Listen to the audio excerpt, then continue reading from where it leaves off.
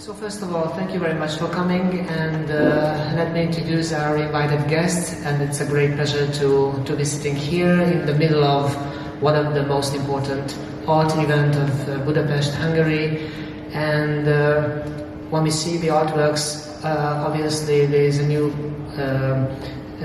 first thought that, okay, these are the products, and how the products can be associated with the education, art education, and why art education is so different from many other higher educational forms. And let me introduce our colleagues sitting with us and taking the time to engage in a hopefully sparkling conversation on the very topic of art and education now in Europe. Tiziana she is art historian and 2 times rector of the Academy of Fine Arts of Rome, a very prestigious art institution, as you all know. Antra PRIEDE, she is from Riga, the Art Academy of Latvia in Riga, and she's the Vice-Rector. Andrea WEIPPERT from Dresden. She has also art historian background, and also she's a spokeswoman of the Academy of Visual Arts, Fine Arts in Dresden. And last but not least, who are sitting next to me, TAYLER. He's from our academy, the Academy University of Fine Arts. I'm sorry about my saying, but academy is a bit, in our case, a bit old-fashioned. So we are University of Fine Arts of Budapest, and he's a researcher, an assistant professor, and a painter as a background, and representing basically the young generation. Sorry, ladies. And last but not least, unfortunately, our fantastic colleague, a fantastic scholar, Magnus WEIPPERT from Britain, but he is actually teaching at the University of Fine Arts in Helsinki, and he's joining us online. He's a professor of art and education at the University of Arts in Helsinki. And now I think let's talk a little bit the most important fact that we are sitting here, because we are all working in an alliance, and alliance of art universities, art academies in the middle of Europe, but regionally quite distant from each other.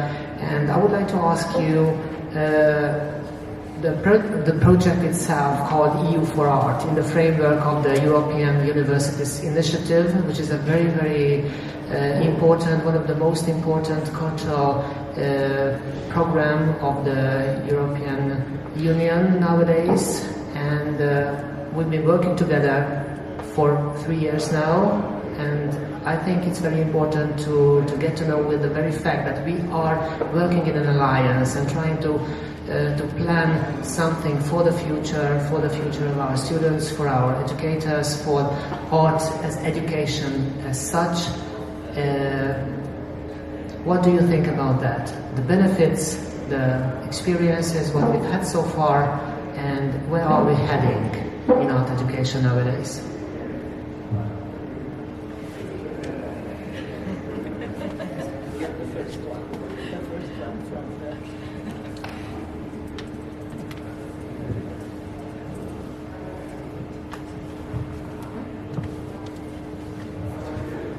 So perhaps I start. I can tell a bit about my insights, and I think what is really very important, what we met or what we have seen in the last 3 years, it's about things we can do together, what we have in common. And there's, for me, the biggest link always was the art, but it was also so interesting to see about the differences and the value of differences. And we have seen that it's about education, but it's also how art is estimated in society. How can we work with society, with our surrounding? And for me, the last 3 years had been really like a very long pregnancy. and we are still trying to finish the final point. So it's not something we have just reached. So you're asking what is about this alliance. I think the first 3 years had been about knowing one another in a better way and knowing the systems. And I think we are now just at the point where we can compare better than before. I think it will be the same. Everybody has also seen that Corona was a quite big challenge, also to know one another. Because we are not, this is also something you said, Laszlo. Of course we can work on a digital or virtual basis, but very important for education of art is having the sensual experiences. And so I think this alliance has a lot of different challenges. It's not only about education, it's really also about realizing and about working with people, knowing one another. Let's see first and first. So there's one thing what comes to my mind at first glance when we talk about the European Union and unity. It is definitely one of the magical words, and diversity, because we are sitting here in representing our institutions, our local culture, local background, local differences, as you just well put.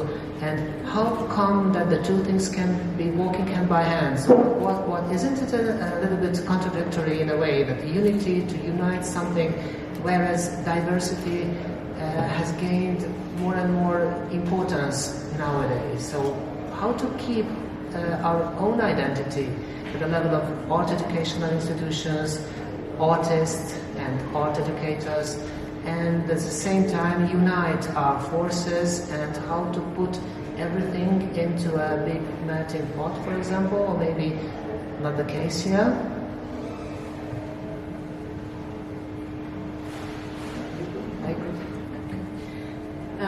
Yes, somehow also to summing up of EU for Art, and especially this topic of diversity and unity that came out of this project.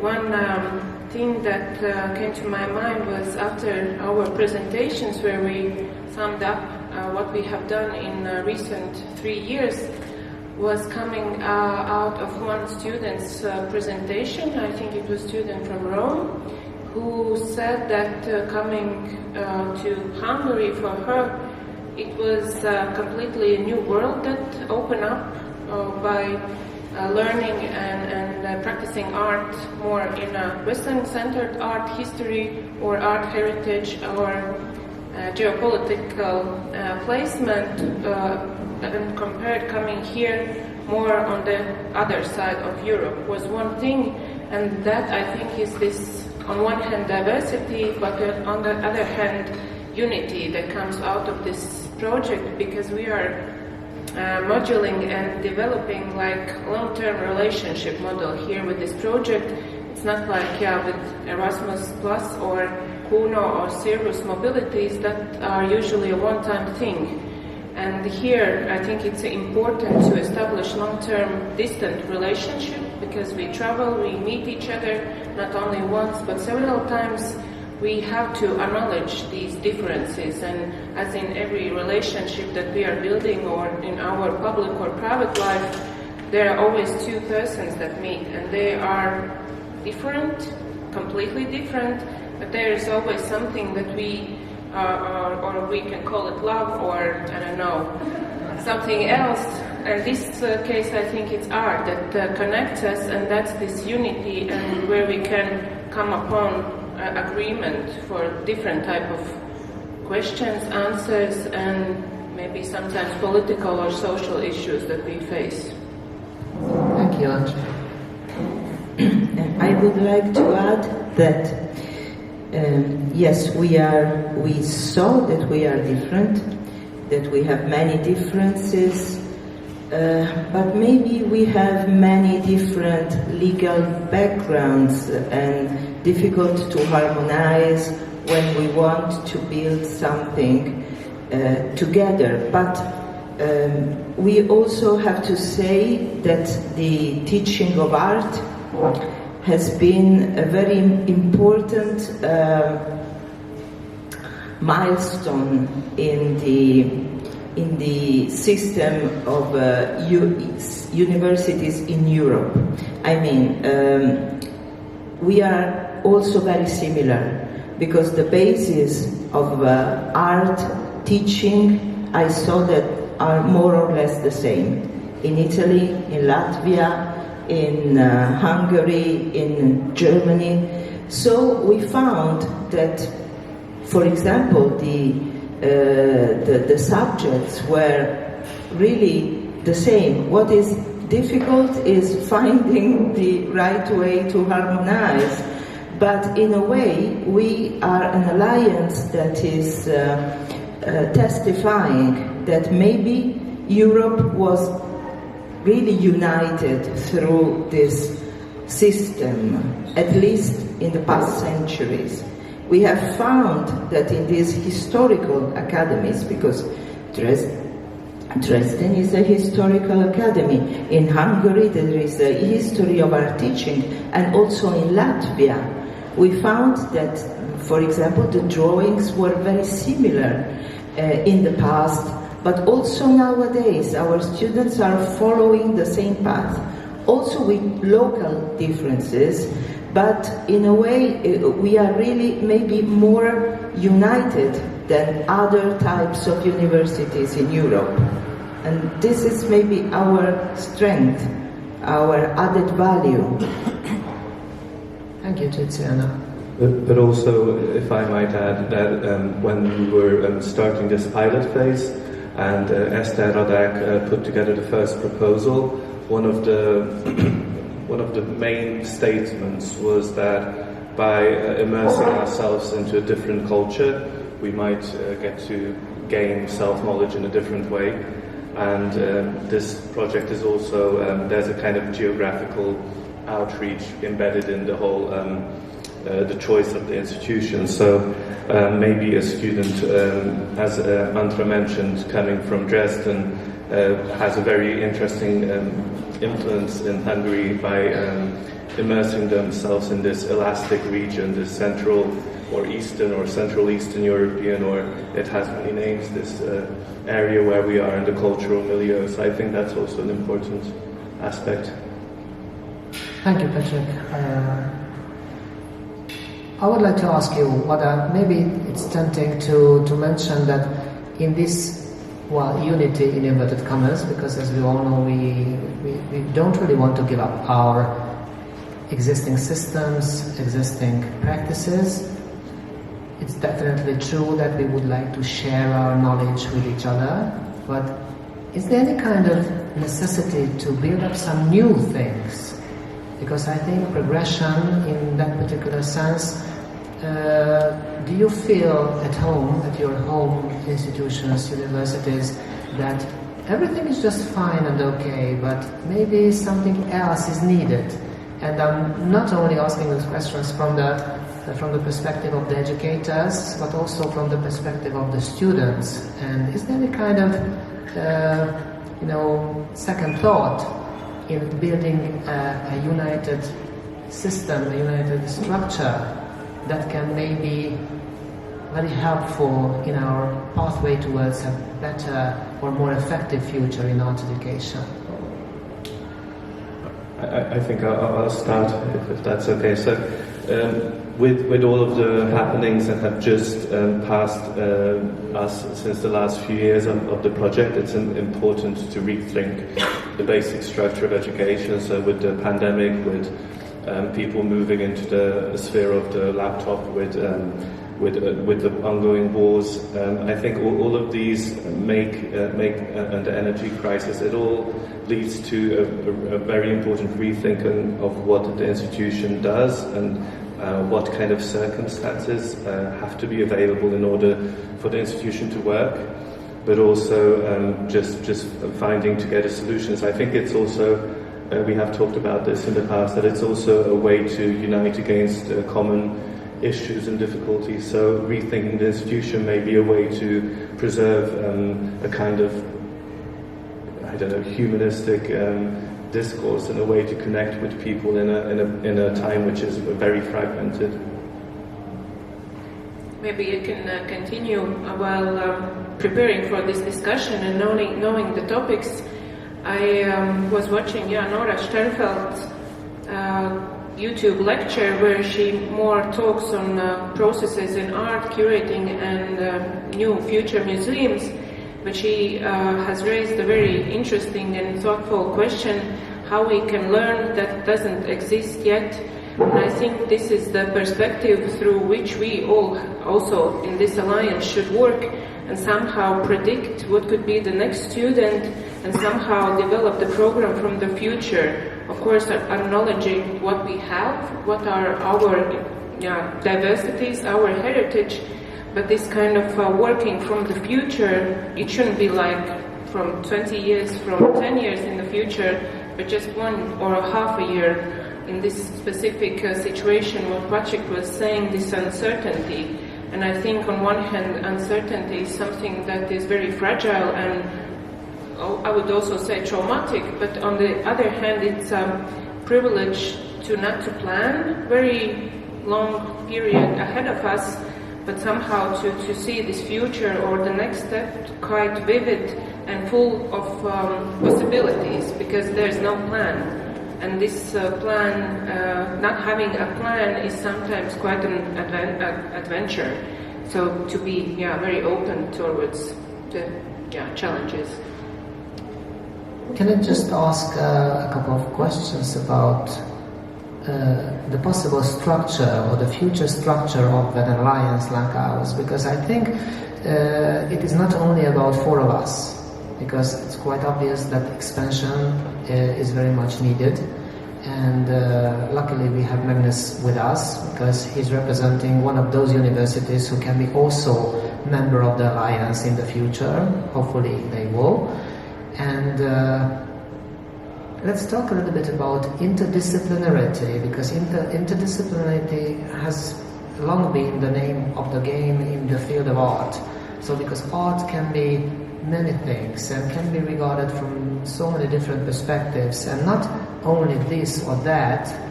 However, but maybe it can be a little bit problematic for a painter, for example, that I am a painter, you are a painter, you are someone else, and how to be interdisciplinary, how to begin a interdisciplinary approach if everything is just, founded in a kind of very traditional foundation at art schools.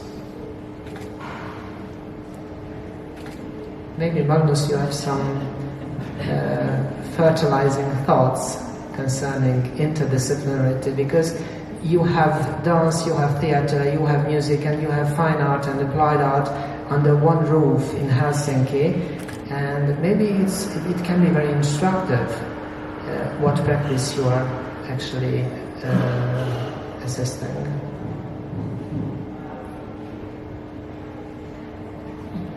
Yeah. It's true that within the University of the Arts Helsinki, the institution itself is about 10 years old, nearly 10 years old. And it's formed of the 3 academies, the Academy of Fine Art, the Academy of Theatre, and the Sibelius Academy, which is the Academy of Music. And so it's only fairly recently that they've come together as one institution.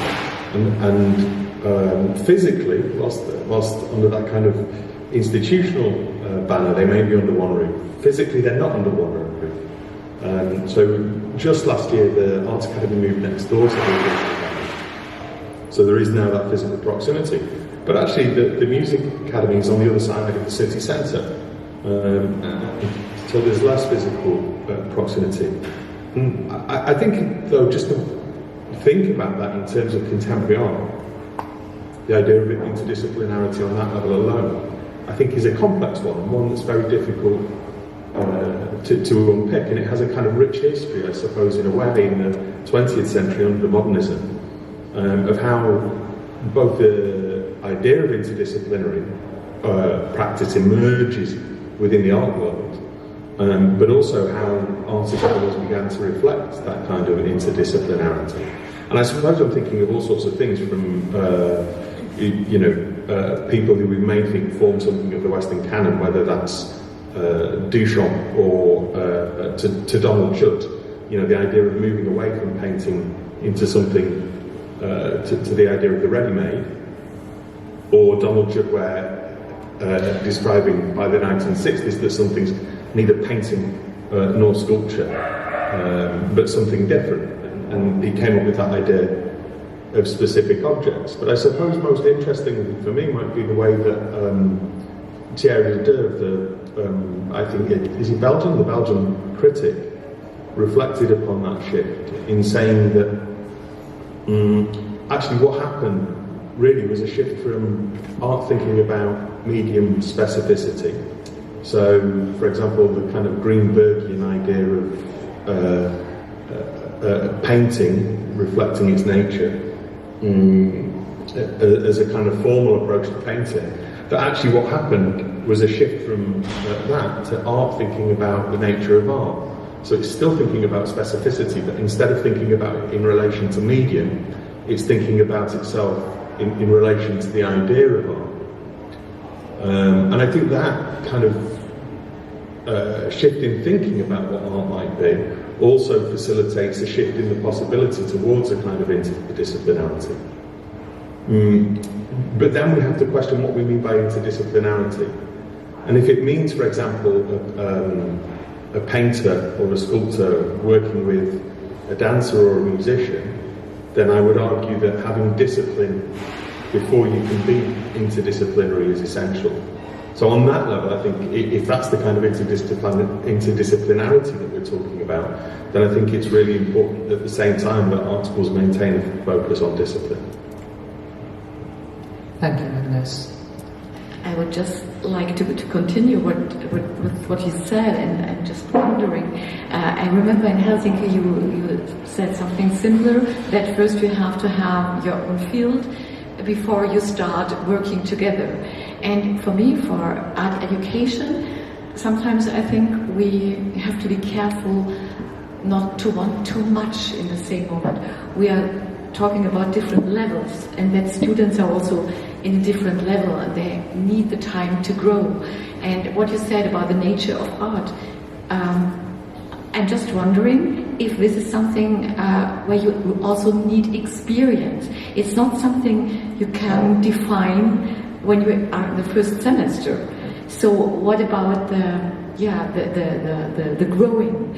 And so for me, education of art is on the one side, of course, doing research on very important aspect, but it's also about knowing what is necessary for students nowadays.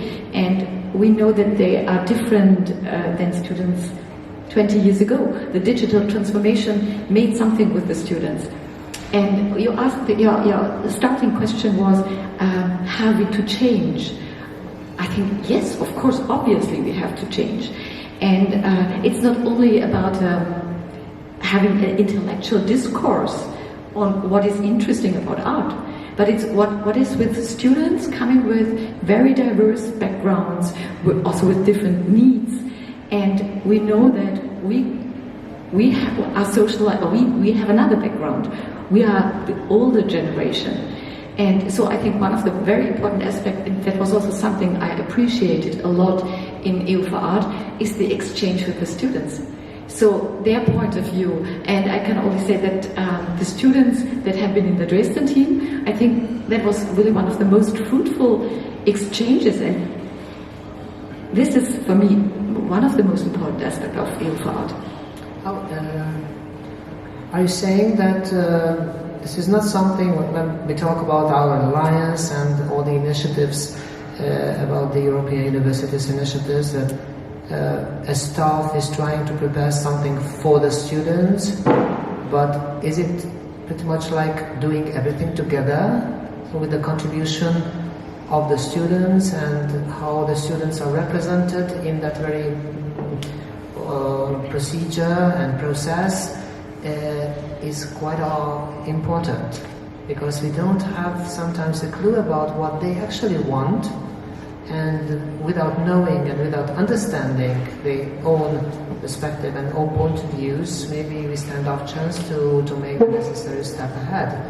So I'm just asking you, Patrick, because you are somewhat in the middle way between being a student, and sorry about my saying it's not out of disrespect, lucky you because you are young enough, but also playing a very significant role in teaching art and being with students as an educator. So what do you think about that collaboration? Well, I have been a student for the last 25 years, that's true. I think, to answer, I'll just, I wrote out something today when I woke up and scrolled through my Instagram, being of the young generation. I found this on Fenton magazine, Teacher Noun, the profession that creates all other professions. Now, I don't necessarily agree with this. It sounds great. It sounds very almighty and powerful and very godlike. I think in art school, what we know these terms, that there are teachers and students, but I think what happens in reality is people enter of different age groups, different experiences, different backgrounds, and everybody teaches everybody. So it isn't, there is maybe hierarchy and administration at various other levels, but in general it's very, very much, it's a ping pong game. It goes on between everybody. And I think it's, to quote somebody else, I have a very strong statement here from Boris Groys, which I will quickly read. Today, art education has no definite goal, no method, no particular content that can be taught, no tradition that can be transmitted to a new generation, which is to say it has too many. Just as art after Duchamp can be anything, so can art education be anything. And what Groys in his text titled Education by Infection goes on to say is that a university is basically a place like a laboratory where the student is invited and they get all kinds of infections, new knowledges as kind of viruses, and their immune system, their aesthetic sensibilities as an immune system of sorts develops and gets stronger. So that's another way of looking at it. I don't know. I think we have very, very ambivalent structures, and that's a big strength, and we can do anything. And I think in EU for Art, the best things were the most unorganized things. I think that EU for Art has a big challenge, and for me, maybe one of the most important ones should be to reinforce the idea of art, because interdisciplinarity is very fashionable nowadays, and even research projects many times need to be justified with some discipline like science disciplines in order to make these art projects more important, more attractive. But maybe we should help our students and also ourselves to strengthen the idea that art has no necessity to find, something different from art, to give importance to art. This is maybe the most important danger that we are facing nowadays. The recognition of art from society. Society is a very challenging topic for artists nowadays. So, in my opinion, we must help our students with discipline, with the knowledge, with what art has always represented, and maybe in a chaotic, in all the possible ways, but just to feel secure, to feel that they are doing something that has no necessity to be justified from other fields of knowledge. If I can shortly continue what just Tiziana was mentioning, and I think it was also a challenge for our alliance and how to do it differently. coming out of your kind of inspiration, what should help students, was that it was not required only to develop a study process, but also to make new modules and react maybe in these processes how we reach out to the society, because parallel to development of the common curricula or diverse curricula in the project, we also have to think of these public activities where we can justify and acknowledge these new processes or new ways how to talk about art, how to represent it, and how to not to ask stupid questions anymore, maybe. So that was also, I think, a challenge somehow to establish this new way of thinking and how students should be encouraged to act themselves also, not only to be guided. And I hope that this new alliance, and not only this one, but the other universities will be the ones that take down the power structure, what Patrick was mentioning, and not only between administration, professors, students, but this kind of peer-to-peer relationship that we are trying to build. We've been just trying to highlight the importance of justification, and justification can be so many different things. And if you just put the whole thing as field of art under closer scrutiny, it has never been independent in a way, because suddenly talk about that particular facet when it comes to talk about its societal aspects and how society can or cannot be involved in the field of art, and the autonomy and the independence of the art world and the society, how it can be somehow fostered or maybe just promoted, that after all, so the justification from the audience is the most important thing. So what we artists do and what we are supposed to be doing in the future is definitely related to what the audience can think or say about our products. Laszlo, I just want to continue with what Antra said before.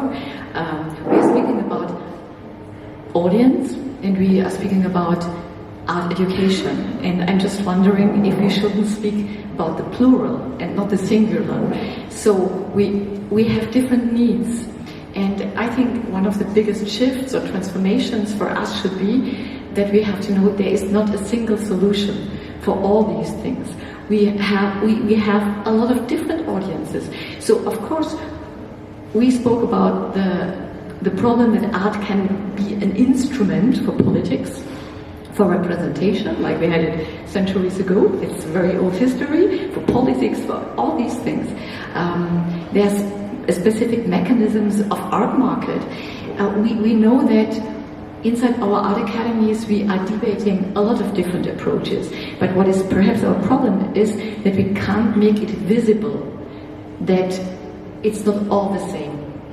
And perhaps we could do step by step this, or work on this visibility on art educations that are really diverse, and this is the question about also interdisciplinarity, and that perhaps for musicians the steps can be different than for fine artists, and for dancers of course also different than for graphic designers. I think this is obvious, we know it, but the question is how can we explain this to people who are not really involved in these processes of growing. So I saw you, Magnus, you nodded a couple of times quite intensely, and maybe you have some more thoughts about that. I mean, I think there's some very interesting positions being put forward. I certainly think that Andrea is very, very correct to say that there isn't a single solution and one way of doing things. And that I think comes back to the idea that there is diversity between the approaches of the art schools here. In a way, I think what Pat was when he quoted Boris Groys was a theory of the art school, which is sometimes described as mixture, that actually we really don't teach so much, but somehow we facilitate learning. So we stick the students together in some kind of environment where they're able to grow, because perhaps it's impossible to teach anymore. But I think it's a difficult position to maintain, actually. One, because, and predominantly because it allows us to have this kind of imagination of the art school as entirely curricular free. But I think the problem of that kind of imagination is that then the art school fails precisely to address the kind of power structures which Antra was suggesting that we need to get beyond and move beyond. And I think the way that we move beyond them is by, and the way that we have a course which is, or a group of programs which are able to move forward in an agile way, is to bring the students into thinking about how those courses should develop, and bringing the students in to meaningfully make decisions about what that education should be. And that's not to deny the kind of deep and rich knowledge of the staff who teach in those art schools, because obviously that should be a foundational part of that as well. Even then, I think that's not an unproblematic statement I've just made, or an unproblematic model of education. I think it works when education is still free. But I think when you try to do that in countries like the United States, for example, when postgraduate students might be paying $50,000 a year for their education, and you start saying to them, right, let's design the course together, I think that's kind of that can be very problematic. You're asking them to do the work that they're paying for someone else to do in a way. However, when education is free in those countries that still have that privilege of free education, then I think it's really a possibility to think about, and something I think that EU for Art as an alliance across art schools is in a really strong position to be able to do. Thank you, Mendes. I don't know how this relates to this, but I just wanted to say something to Magnus as well, just to explain this place we are in. So if we walk down the stairs and walk past the VIP area and go down another set of stairs, we would find ourselves in a big exhibition of mainly paintings and sculptures, so very medium-specific stuff. And I think a lot of the notions that were mentioned, this kind of idea of art being a kind of interactive tool with society, and medium unspecificity, as you said, are kind of also the discourses or narratives of a given area of the art world. So maybe in the art education as such has the privilege of maybe moving into these discourses, but also exiting them and rethinking them and moving between them in a creative way. So I think that's also an important aspect. So I mean, of course, yes, it's great if there's a good organized education with important input and knowledges that are brought to the students, but it's also, I think, important to find a way with the students together to navigate this whole sphere or spheres, or Yeah, I largely agree with that. I think the important thing within it is acknowledging that there's no such thing as neutral education. And then how do you deal with that once you've accepted that? But also, we have to face the huge problem that contemporary art has towards society, because contemporary art very often speaks to contemporary artists, to people that know the specific language, and ordinary people, most of them, they seem not to understand art, not to understand the importance of new languages. They don't recognize, they feel that art is speaking a language that is very far from them. And this is maybe the big risk that we are facing. And so our effort should be to reconnect to society, of course not in a popular way from this point of view, but in a way to find a place, because when we speak about art, even in the European Commission, even in society, you know, art is something that is seen as different, but from a negative point of view. So art research projects are different. So this difference, you know, it's not helping us. It's not helping our students. It's not helping contemporary art. That on the other side is growing like an enormous world apart from society, because if you visit Venice Biennale, or if you visit these international art fairs and kermesses that are very fascinating for us, for our students, but for most of the people, they speak a different language that they feel they are not recognizing anymore. So I think this is the most important challenge of nowadays. How to reconnect, but you know, in a noble way. Do not misunderstand me. How to reconnect. The problem of speaking with people, speaking with audience is important. But Tiziana, I just want to continue with this thought. I'm just wondering if we should also reflect what is perhaps also the border or the limit of what we can do. Because I just want to remember, and we spoke about curating, we speak about other art institutions. So I'm just wondering, this idea that also art universities should transmit their research and their content to the audience is quite new in a historic when we see it in relation to our art academy's history.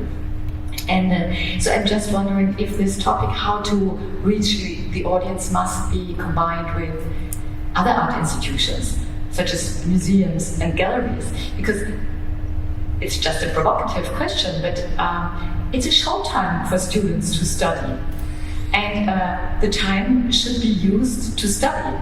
And as far as I can see, quite often, there's this fragmentation Patrick spoke about. It's not only a fragmentation of our entire world, but it's also about what students should do. They should be perfect in rhetoric, they should speak several languages, managing their business, having every kind of tool, but to make art needs time.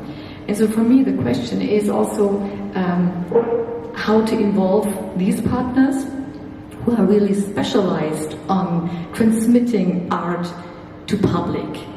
And perhaps sometimes to say, okay, yeah, this is our limit and we want to do it, but it is perhaps also part of art and not the additional job. Also, we all make exhibitions, but is it really realistic to think that we can make the same education program a museum is able to do? And I think our problem quite often is that we are compared with other partners who have different backgrounds. And so I think we as art institutions or as art universities have to make this visible, and also have to, it's a question of politics, it's not only about what is art. Wanted to continue, and also what you were saying about these laboratory conditions that sometimes art academies are compared. But there's this trick, that laboratory, it's a safe space, very specific conditions, but once this new species, new knowledge thinker goes out of the laboratory, he or she, they are lost. And that's the thing that I was experiencing while studying at Art Academy as an art historian, that yes, there are those knowledges, unique knowledges that I can acquire, but once I go to the real world, I don't have any tools how to use them. And basically I had to have another self-taught academy from the practitioner's point of view, And these were like parallel knowledges that I gained and helped me now to become a researcher or a curator or a historian. So I think we already like tried in our project, because all our academies are having associate partners, and we were trying to somehow to establish these new steps.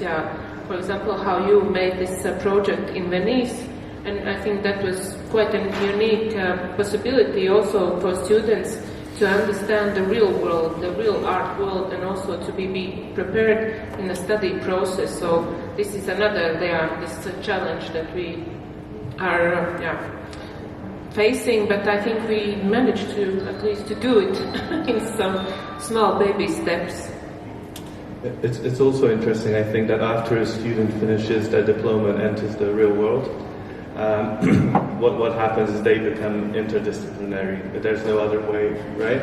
So they get into the film industry, or they start writing, or they start teaching, they start acquiring all of these other knowledges, which, if everything goes well, after a few years can be brought back into the art world. So maybe that's a good way to think about interdisciplinarity.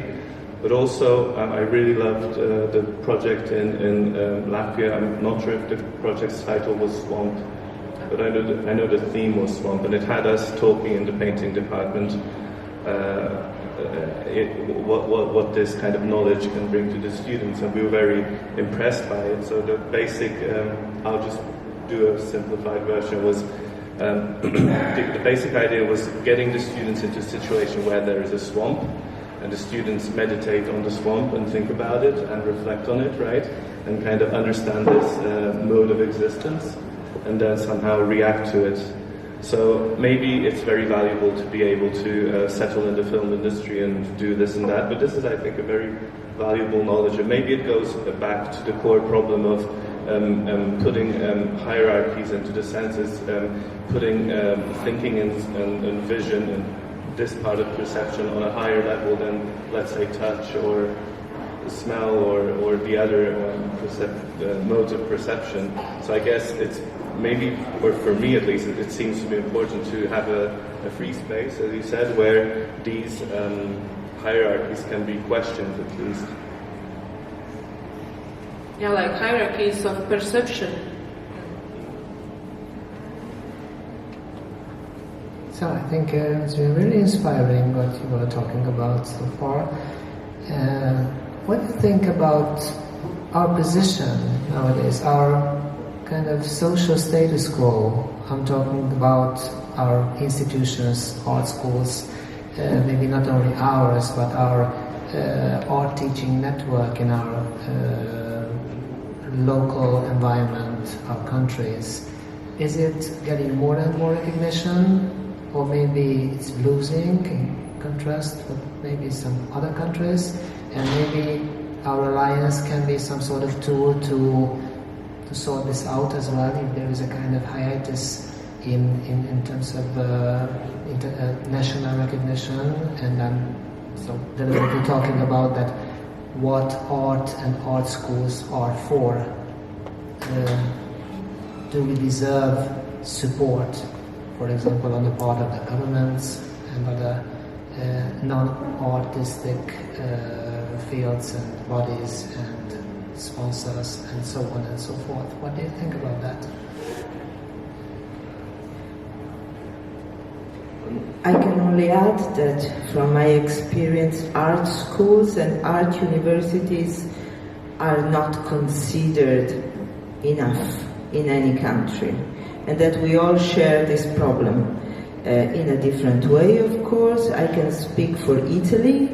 Italy is a very peculiar situation because Italy has invented the art system, the academies, and maybe it's the place in Europe where art academies are less considered.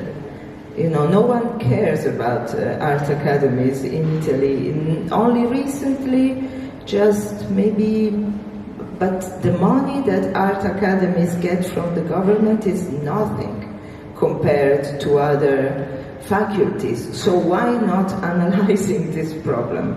We cannot pretend that these problems do not exist. And I saw that everywhere in the world there is this problem. And in my idea, this is connected to the fact that inside the art universities or art academies, even teachers, professors have lost their balance because it's not really clear what the position of art is now in society. So we have a lot of new courses like art therapy and that look like something that can help our students maybe to find their place in society, because one student that nowadays decides to be a painter or to specialize, for example, in etching. Can you imagine that? What can you do with etching? You have to belong to a noble family that supports your life and forever, because you cannot live on etching. But we do teach these things, and so maybe we should discuss this first and then understand. Maybe we are called to give a new idea of beauty, because art always dealt with beauty, with harmony. And of course we are not dealing with beauty in the academic sense of the word anymore. But maybe nowadays there is the necessity to understand what is right, what is beautiful, what is harmony in nowadays context, in the contemporary context. Tiziana, I completely agree, but I'm just wondering if just in this moment we can find open ears for this idea of beauty. So when you would have said this 3 years ago, time was quite different. We had no corona, no war. So I'm really not sure if a debate on beauty would open the politicians' ears, because you spoke about economics. It's why do we have this status? Because it's about economics and what we can bring back to economics. And I think we can't ignore the surrounding. And I think art academies of nowadays, of course, they have to have this inner conviction that art is the center. But nevertheless, there's a kind of pragmatics, how to find the pathways, such as art therapy, for example.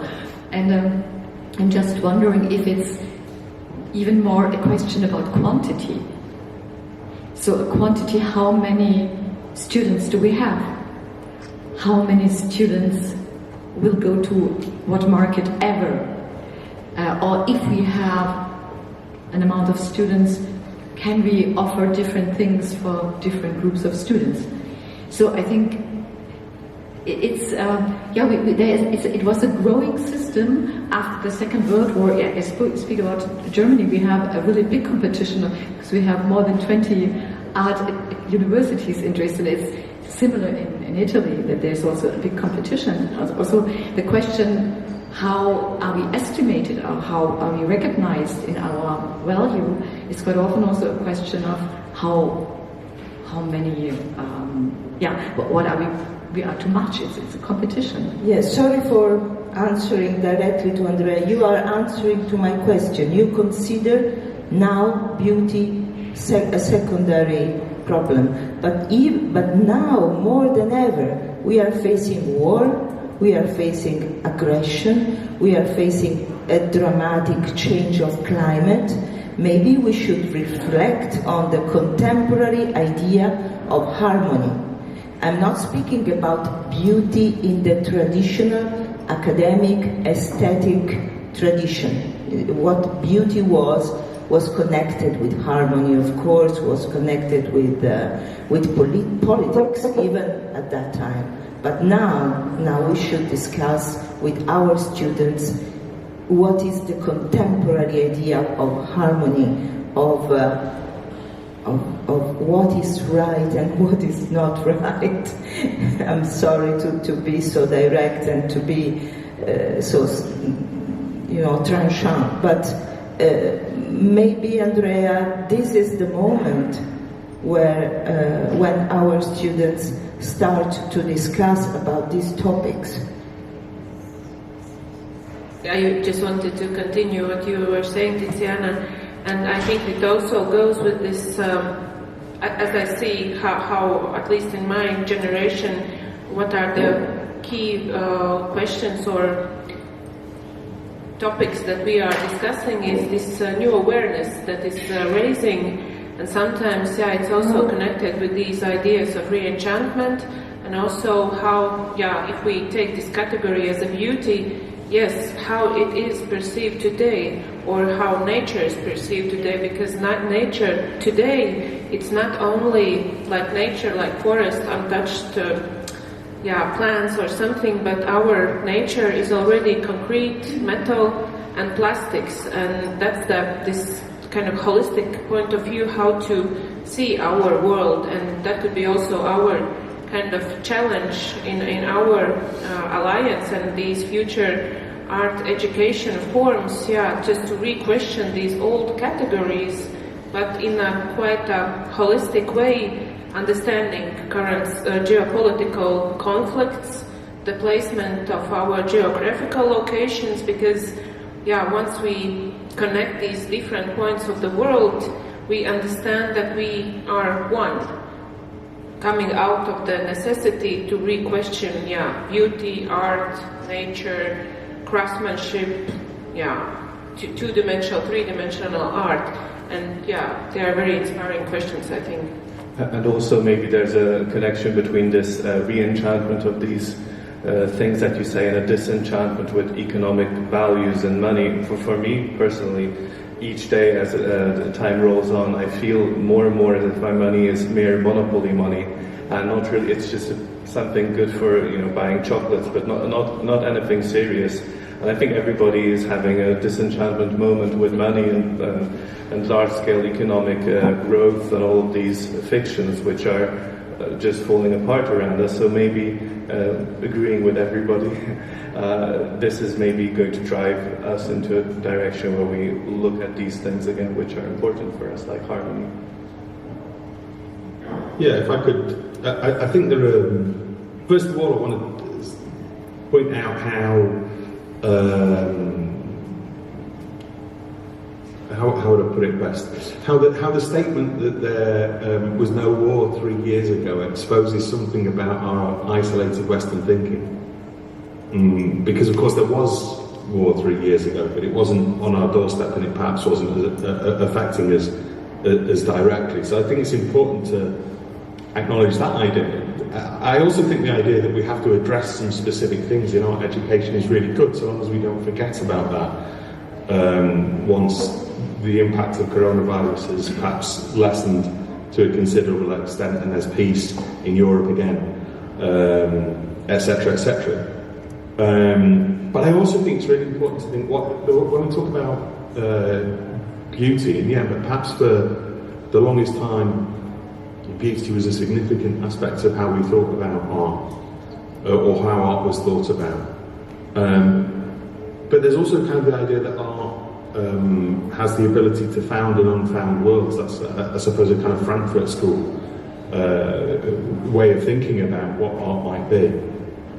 I also think one of the privileges of contemporary art, or the art school compared to perhaps its neighbours in schools of design, and this is a big generalism, but I think it stands true to some extent, is that one of the privileges of art students is that they're able to create problems. They don't have to solve problems. And so I think there's a position where we can think it's not just about dealing with these issues or thinking that art somehow has a moral responsibility through its education to deal with these issues. Because actually I think that's a really big burden to put on the educators. And I'm not sure that's a burden anyone should have to carry on their shoulders. But I think instead we could think as much about how art has the potential to problematise our relationship to these things and expose something through doing so. And that's one of the great values in contemporary art that I think we need to be able to put forward. Because I do think some of the other aspects of the debate have a danger of instrumentalising our education and education more generally. And I think it's important, if we don't want the pressures of neoliberalism, of massification, of judgment through metrics, etc., which have had a profound impact on education in much of the world. If we're not interested in them, then why would we be interested in instrumentalising factors from the left as well? And so the question becomes for me then, how do we actually start to think about art in its own terms and education in its own terms, and therefore art education in its own terms, and what would that look like? I actually have one last quote here, which comes in handy now, by Irit Rogov. Her text, "What is a Theorist?" And I think that's a good few sentences here. It's short. A theorist is one who has been undone by theory. Rather than the accumulation of theoretical tools and materials, models of analysis, perspectives and positions, the work of theory is to unravel the very ground on which it stands, to introduce questions and uncertainties in those places where formerly there was some seeming consensus about what one did and how one went about it. So, introducing uncertainties. I totally agree with that. But maybe there are questions, in the Yes, public.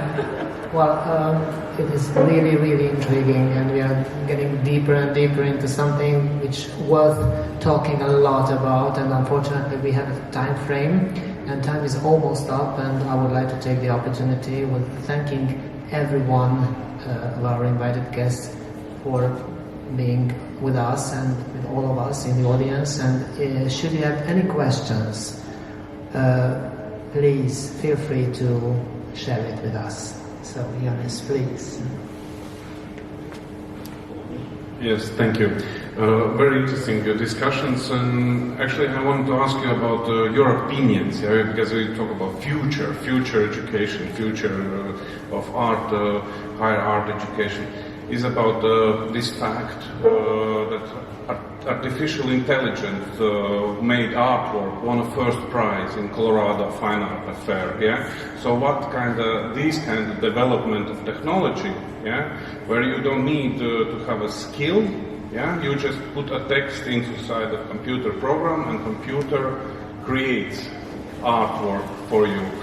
So how this development will influence the higher art education, and will the skills or the craftsmanship, to say, will be important for the next generations?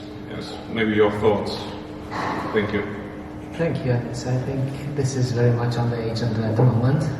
I think there's a kind of techno-positivist vibe, which is very present at the moment, with kind of cybernetic futures and this and that, but actually I believe that we are all building our own computers with our knowledge. Maybe it's very kind of DIY, homemade, but I think kind of the way we build our knowledge is the way we filter information. It's basically artificial intelligence. It's built by us and other people, but I think maybe it's more collaborative.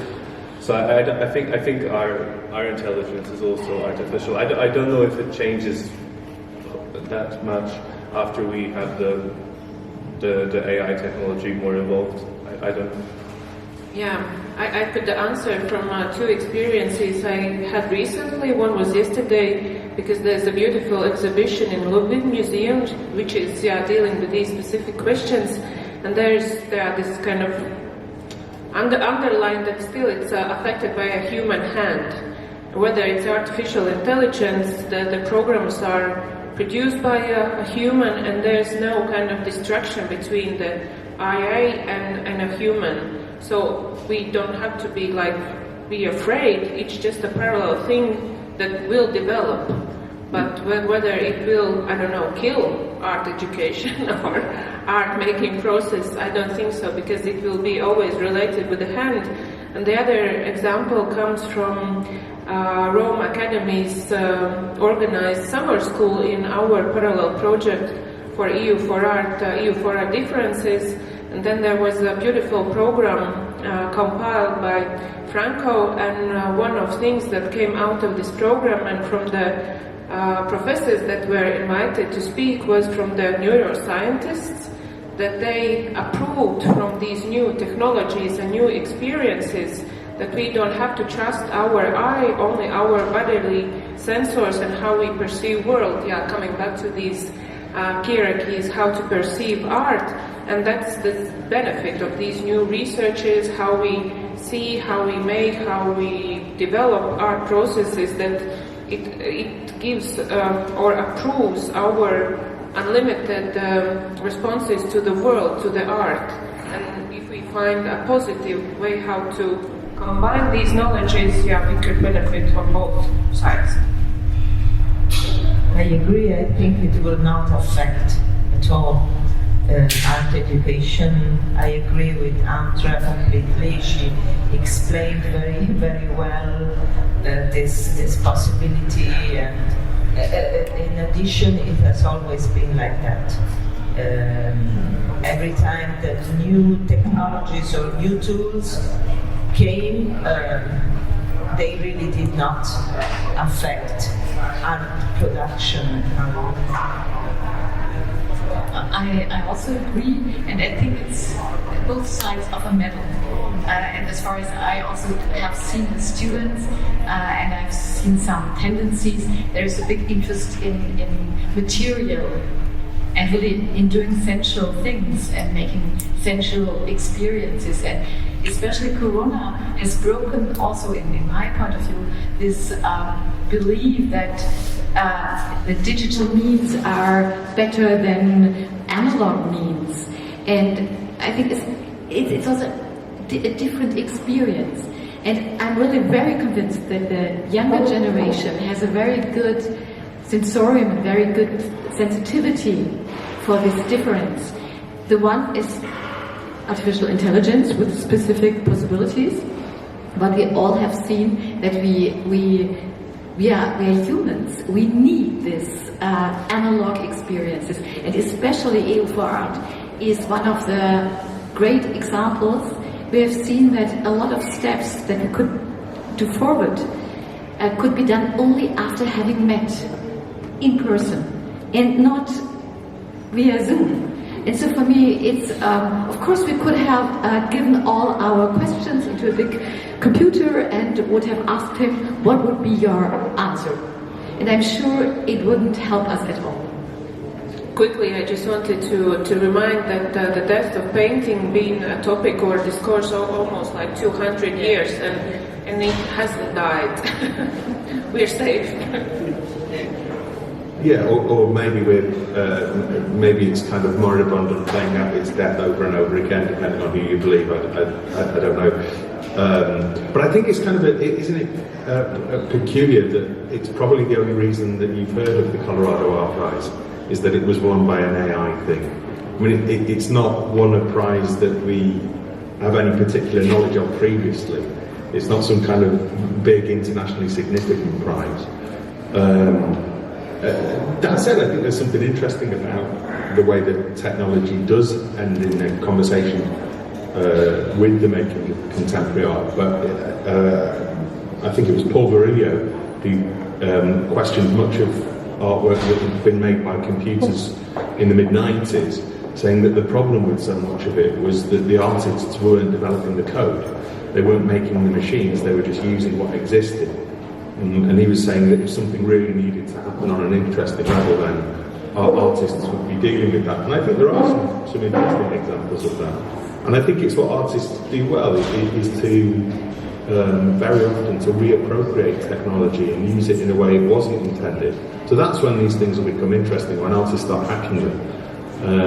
And I think more significantly than AI, really, at the moment, is societally, at least, is big data and the impact of big data on our lives. And perhaps if we want artists to be dealing with societies, the changes in society, perhaps we should be teaching or have classes available for them to think about what big data is.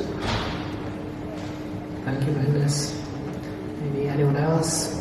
Any questions? No, I think time is up, and thank you so much for your wise words, and for the organizers to be able to come together that way. Thank you so much for everyone.